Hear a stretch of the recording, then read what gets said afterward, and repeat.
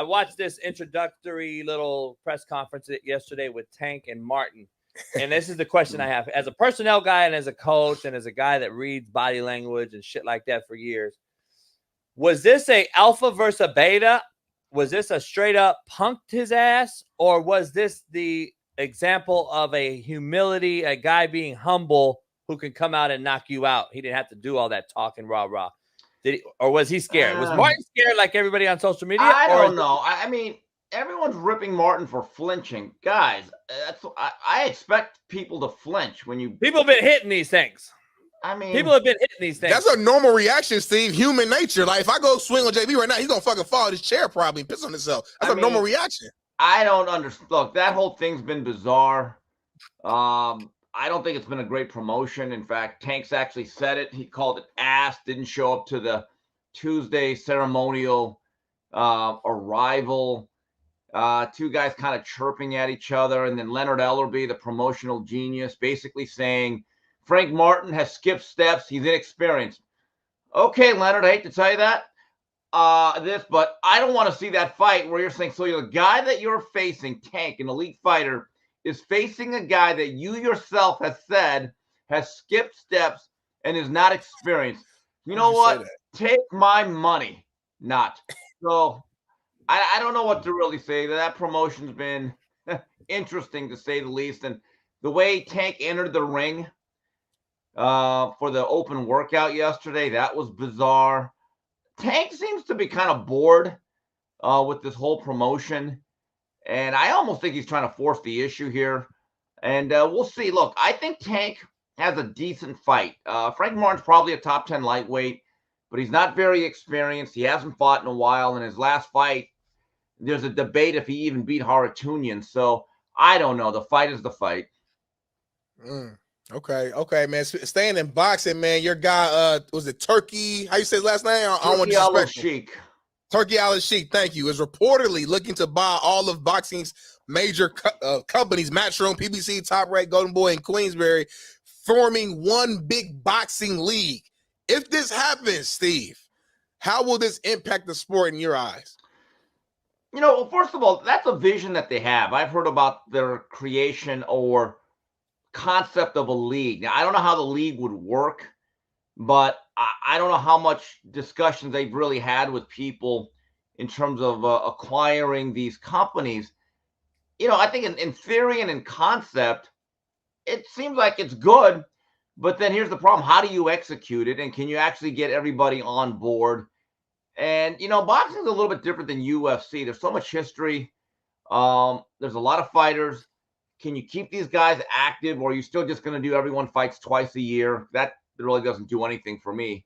I'm not sure. Look, it's great in concept. Everyone's very, very excited about it. But until you get a couple of promoters on board to hand over the reins to their company and their promotional stables and say, here's all our boxers, mix and match them. But also in a league, keep this in mind. In a league, you're basically telling fighters, hey, you're fighting this guy and that guy. None of this, well, how much money? No. You're fighting that guy or get the guy. Right. I don't mind. But fighters have to realize if they think that this is just a great thing for them, think everything through. They have a pretty good system where they make a lot more money than the UFC because they have options and the ability to decline fights.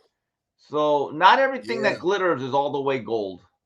Would this almost remove the need of these promoters too? Like, I feel like the promoters would lose a lot of leverage in this system too, right? I do. And I also think that this wouldn't be a bad thing. It'd probably lessen the need for the sanctioning bodies who now more or less get in the way and create the division. But, you know, in a league, you don't get to choose who you face, which I don't mind. I think as a fan, I love that. I think we will see the best fights. Look, I'm so sick and tired of fighters and their managers and their trainers saying, well, we don't like that guy because this, and that. And if I'm a network who's paying for a fight, I say, you don't like him, huh? Because you think it's tough, huh? Good, you're going to face that guy. I mean, I've told a group of promoters that I had cigars with last week, I said, I'm going to tell you guys, you're lucky a guy like me is not in charge of a big network. Because I'd try to get every one of your guys beat because that's the job. And they looked at me. I go, that's the truth. Guys, I'm not here to make your guys 50-0 and make you money. I'm here to make my audience entertained. And I remember back in the old days, Don Shargan, the late great Don Shargan, wore a week. He was running the Olympic Auditorium, and back then he'd say he was a matchmaker for the Olympic Auditorium when it was run by Eileen Eaton. And he said, Steve, I used to have a line of promoters and managers, or managers really, lined out my door every Monday trying to make fights. And if these guys turned down too many fights, I'd just say, look, you don't like what we're offering, leave. Next! That's the way it should be. Because you're not putting up the money. Like ESPN, in the next couple of months or weeks, they have some opponents that I'm like, I wouldn't have accepted them, but they did. So they have to live with it. But the fighters should get paid. However, there should be an expectation from the network that you're going to actually earn your money. Steve, this weekend's Tank Palooza at my house in the lounge. Is this the best undercard of the year? Not or biggest name. Well, Benavidez is on it, and Benavidez has a intriguing fight as he moves up to 175 to face Alexander Gavozic, the Nail, who the last time he was really considered an elite fighter was 2019. He got beat by Artur Beterbiev late, got beat down, and then he retired for a while. Then he's had 3 nondescript fights. Look, it's not bad. Is it a Don King 1990s revenge the rematches type of lineup? No, those really don't exist anymore. And Turki Al-Sheikh and Riyadh season, they've had better undercards up and down the board this whole year. So no, that's not. Usually, though, when you see a fighter like Benavidez fighting undercard, it's kind of like that fight will be tuned in by the masses compared to like a normal guy that just like when we watch these fights at the house. Benavidez has headlined his own cards, but they needed to put him on there to help boost the sales. And the reality is PBC does not have a lot of dates, so they had to fit him in.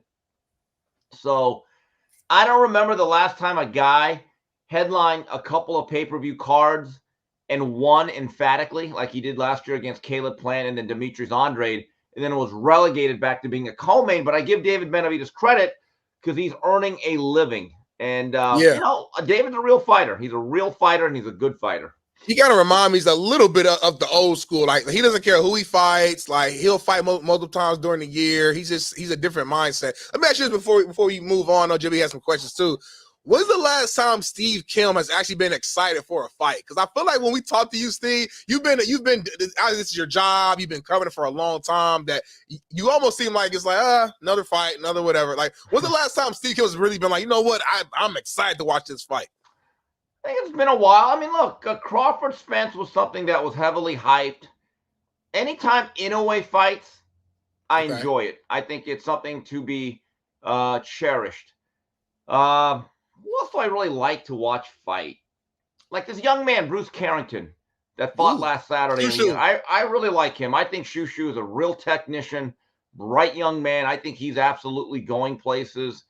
When Dimitri Bivol fights, I'm always intrigued because I think he's a real interesting style of fencer. You know, the cards in Saudi Arabia have been good, but I think the Usyk Fury fight, I thought that was pretty interesting.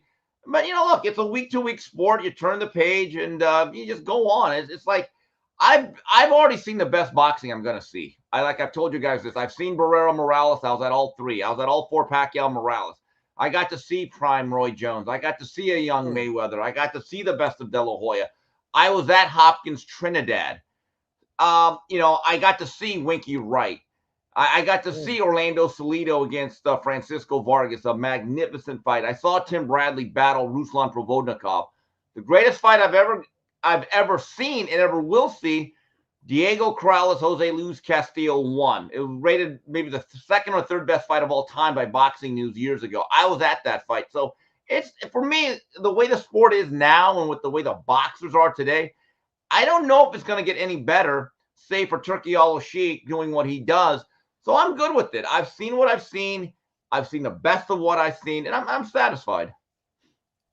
Respect that. Yeah. Let me ask you your expectations for this weekend. I know we talked about it on Tuesday, but after seeing the weigh-in, do you put any weight at all into a weigh-in bullshit, face-to-face, scare tactic type of deal? Does that ever weigh in on your decision? Not really. Who's going to win the fight? You still stuck on Tank? You're so heavy on Tank? Yeah, everyone is. Look, Frank has some quick twitch, and he's a southpaw. He's got some speed and got some quickness. But weigh in and staring a guy down. I'm not amateur dime store psychologist here. I rarely think that matters. I don't think a lot of that's ever. Now, how you make the weight and what happens at a weigh-in in terms of physically how it impacts you, that can matter. But these guys also have now over 24 to 28 hours to rehydrate their body. So I'm not even so sure being weight drained is the same as it was, let's say, 15, 20 years ago.